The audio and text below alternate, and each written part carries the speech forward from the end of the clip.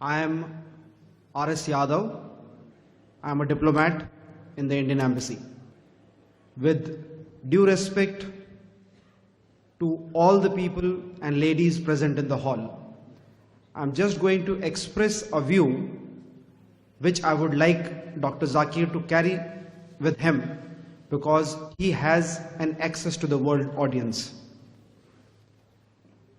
Dr. Zakir started by saying that for a dialogue amongst various civilizations or various religions, we all have to come to a common conclusion.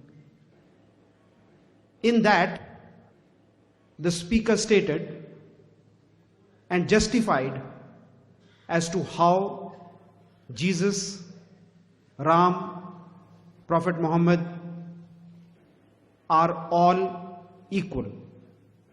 Rather, he went to the extent of getting support from certain Indian scriptures and certain Christian scriptures to justify the existence or the status of Prophet Muhammad. It's all very good. But we have been listening over the last 2-3 years, various conferences which have taken place across the world.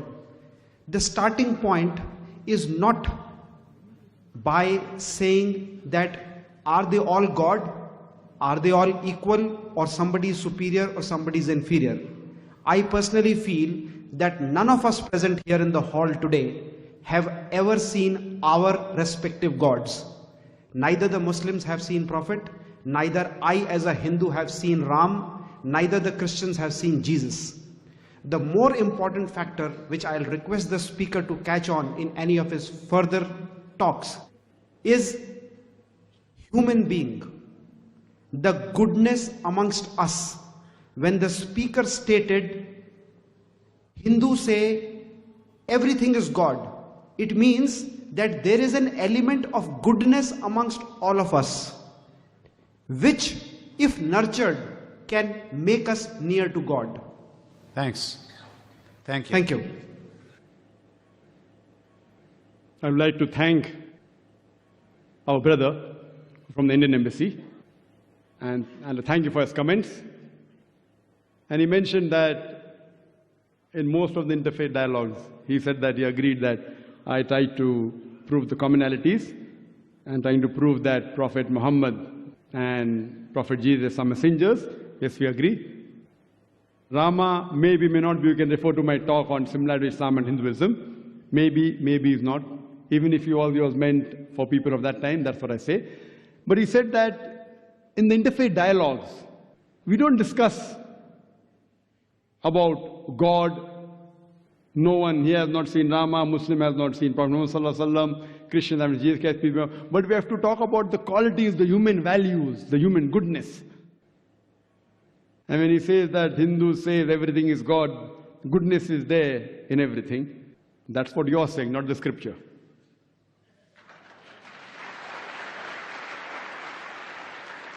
Coming to your point, I do agree. We first talk about the human good qualities. No Muslim can be a good Muslim unless he's a good human being.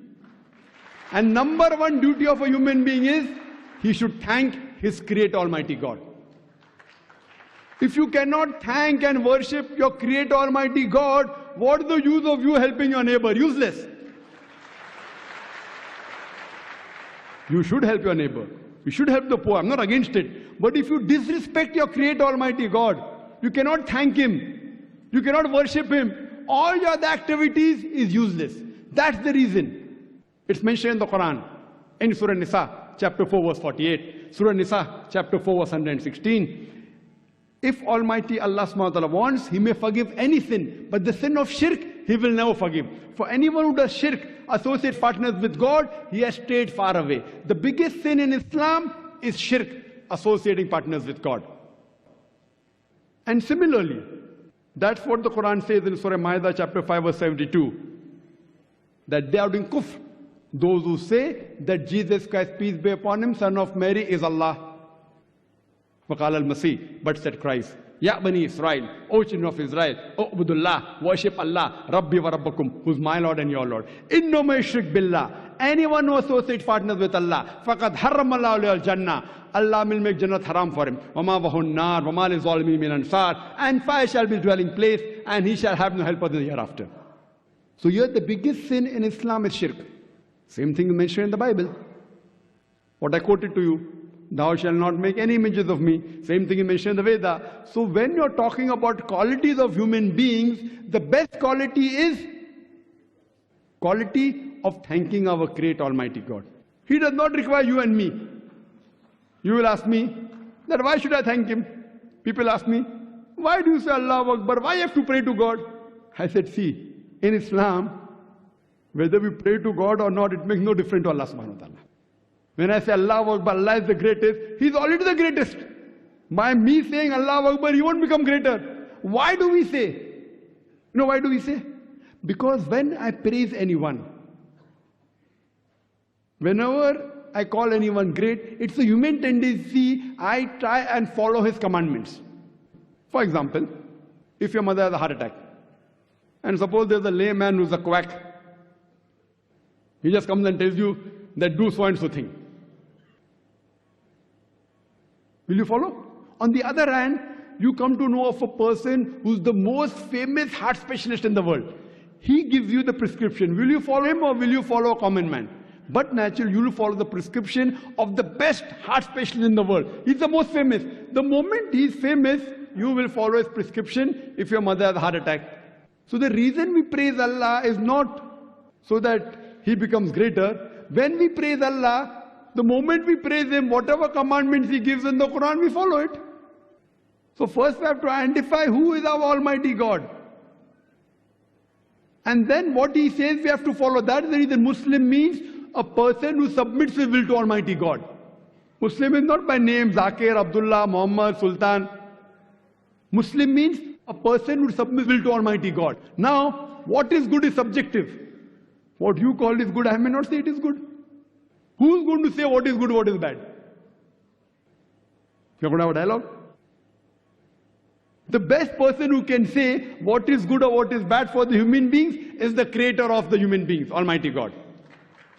So unless you don't come to know who is the true Almighty God, what are His attributes, you should worship Him alone, and the way you should worship, all your other criteria of humanity is useless.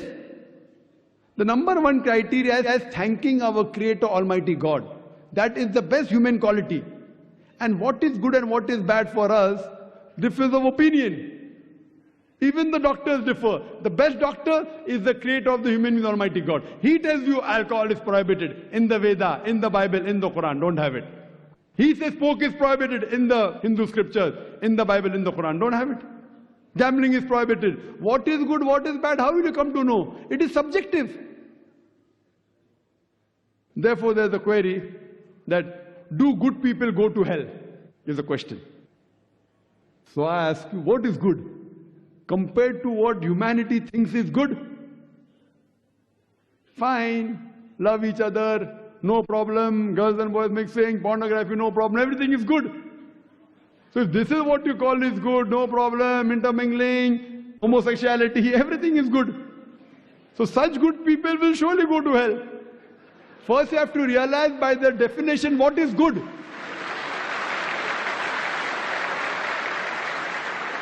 So do good people go to hell? If these are the criteria for your goodness, they'll go to hell. In religion, no good person can ever go to hell. Who is a good person? Number one, the person who realizes his creator, who respects him, who worships him and follows his commandment. That's the reason in the interfaith, the most important point is to identify who is our God and to worship him and no one else, then the messengers and then the other things. Hope that answers the question, brother.